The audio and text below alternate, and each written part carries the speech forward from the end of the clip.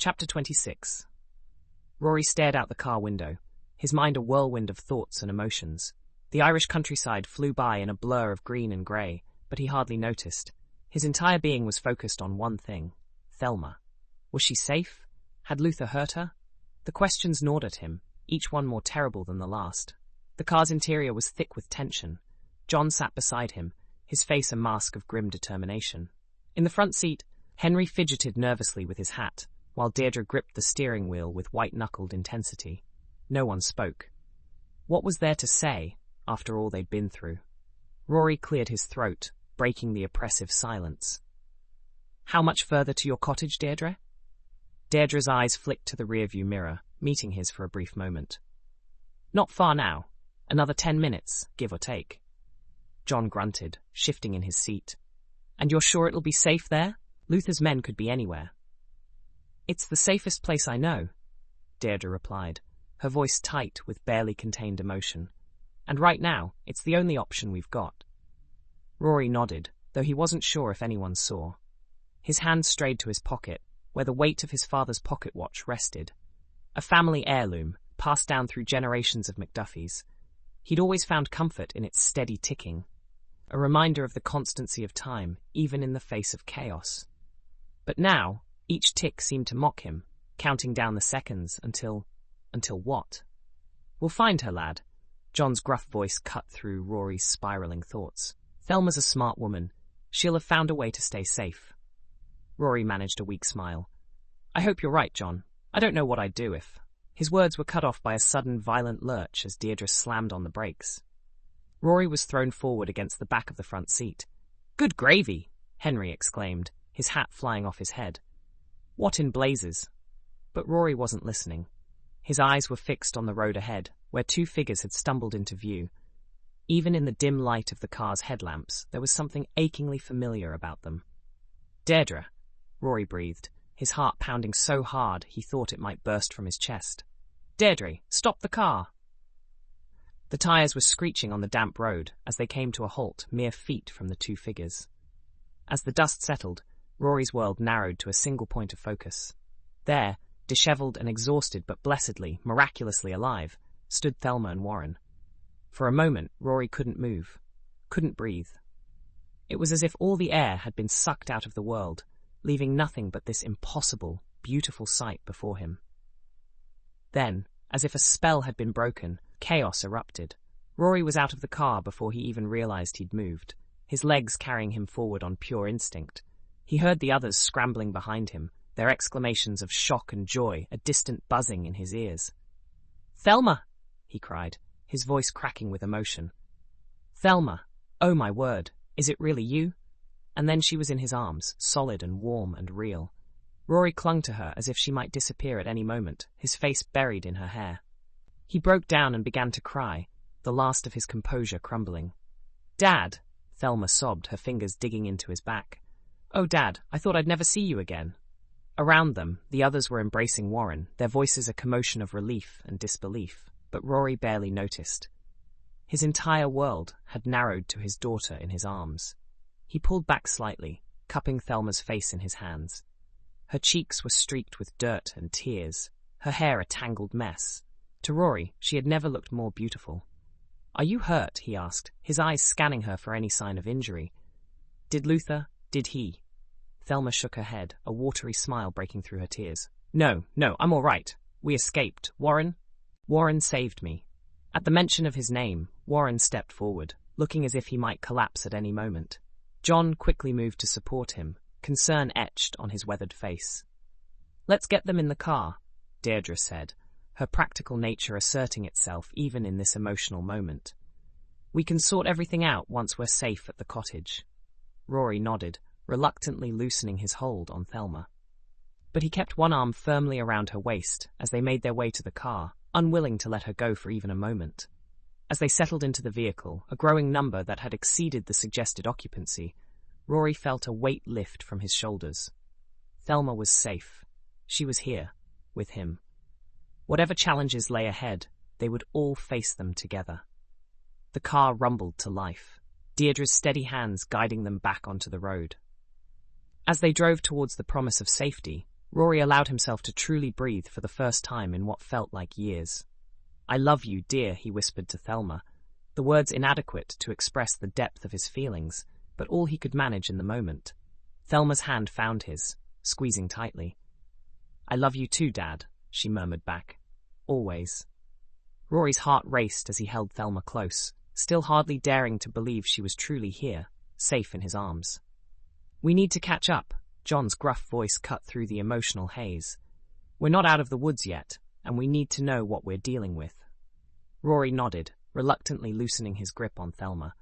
"You're right. Thelma, Warren, what happened? How did you escape?"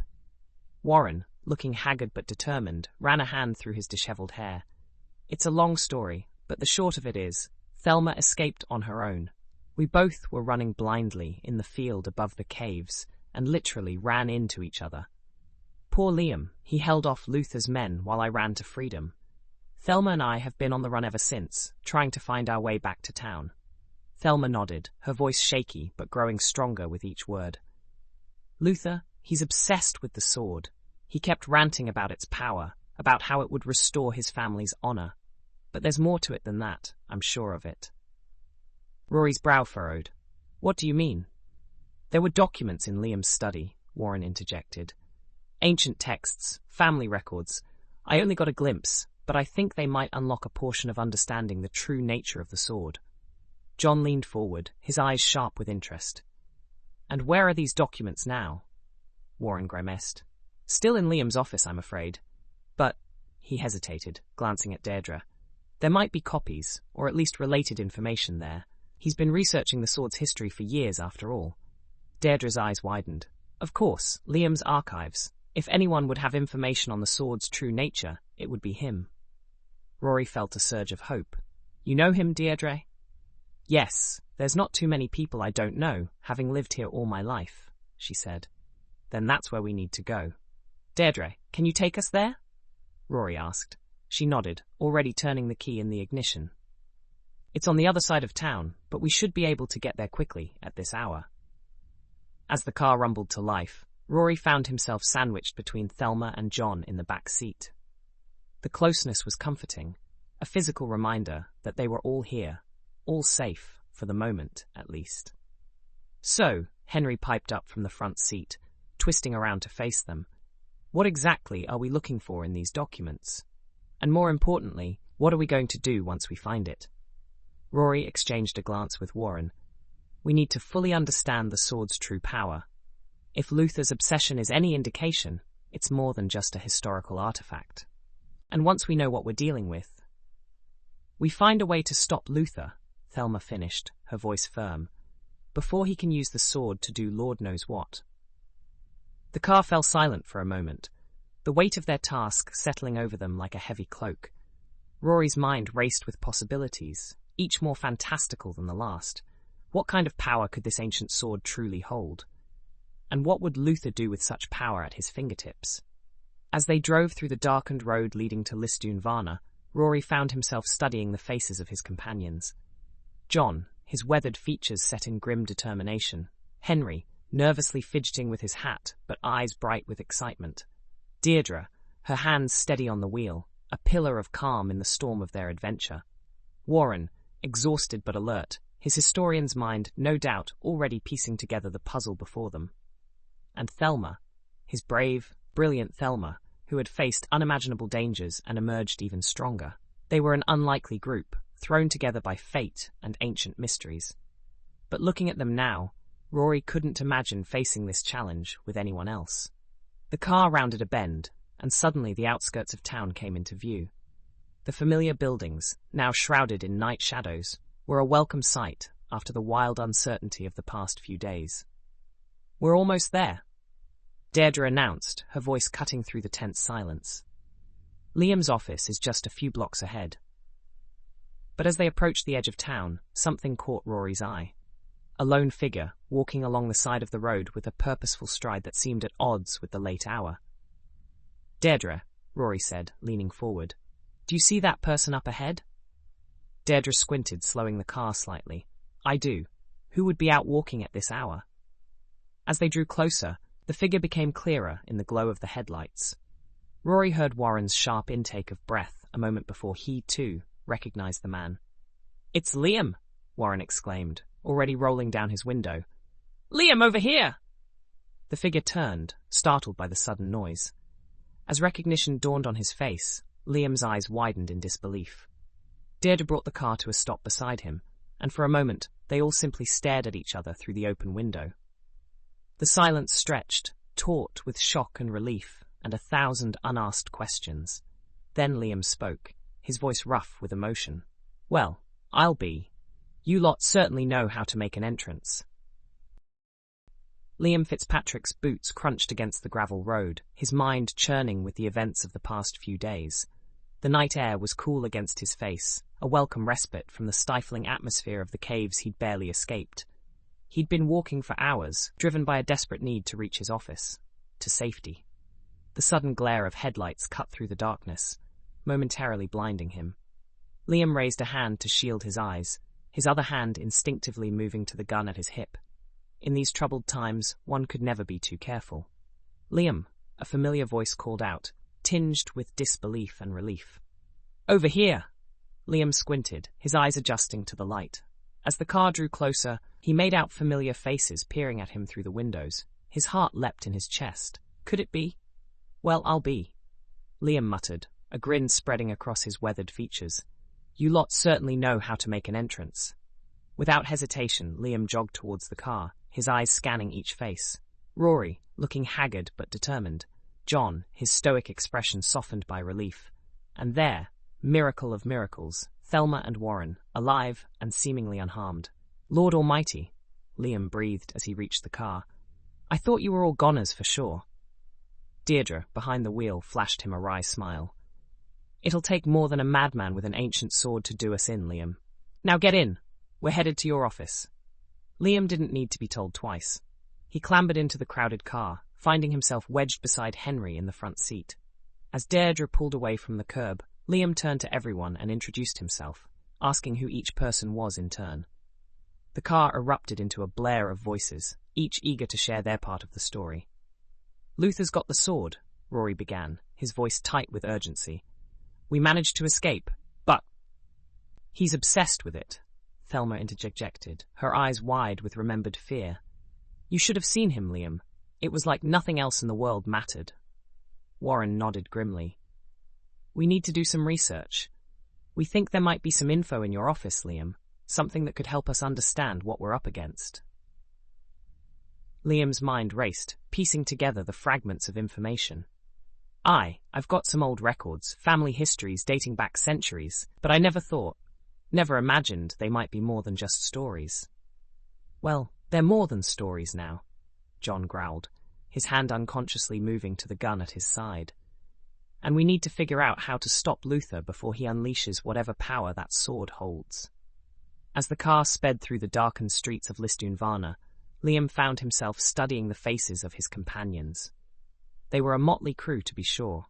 A historian and his wife, a retired military man, a local storyteller, and a pilot, along with his wingman, who'd somehow gotten caught up in this mess. And himself, a private investigator who'd stumbled onto something far bigger than he'd ever imagined. "Tell me everything," Liam said, leaning forward in his seat. "From the beginning. Don't leave anything out." And so they did. As Deirdre navigated the winding streets, the others took turns recounting their adventures. Rory spoke of his desperate plan to trade the sword for Thelma's safety, the guilt in his voice palpable. Thelma and Warren described their harrowing escape from Luther's clutches, their words painting a vivid picture of narrow tunnels and heart-stopping close calls. John and Henry filled in the gaps, explaining how they'd tracked Rory to the caves and mounted their own rescue attempt. And Deirdre, her eyes never leaving the road, spoke of ancient legends and family stories, passed down through generations, that suddenly seemed far more real than anyone had ever suspected. Liam listened intently, his mind cataloguing each detail, searching for connections and clues that might have been overlooked. By the time they pulled up in front of his office, a small, unassuming building on the outskirts of town, he felt as if he'd aged years in the span of a single car ride. "Right then," Liam said as he climbed out of the car, his joints protesting the sudden movement. Let's see what secrets my dusty old files might be hiding. He led the group to the office door, fumbling with his keys for a moment before pushing it open. The familiar scent of old paper and leather-bound books washed over him as he stepped inside, flicking on the lights. "Make yourselves comfortable," Liam said, gesturing to the worn chairs scattered about the room. "This might take a while." As the others settled in, Liam made his way to the large oak desk that dominated the small office. He paused for a moment, his hand hovering over the bottom drawer. Here, hidden beneath stacks of mundane case files and expense reports, lay the fruits of years of research and family history. "Liam?" Rory's voice cut through his reverie. "What exactly are we looking for?" Liam took a deep breath, steeling himself for what was to come. "The truth," he said simply, pulling open the drawer. "About the sword, about Luther's family, about all of it. And if I'm right, it's a truth that's going to change everything we thought we knew." As he began to pull out stacks of yellowed papers with ancient-looking texts, Liam couldn't shake the feeling that they were standing on the precipice of something monumental. Whatever secrets these documents held, he knew with bone-deep certainty that things were about to change.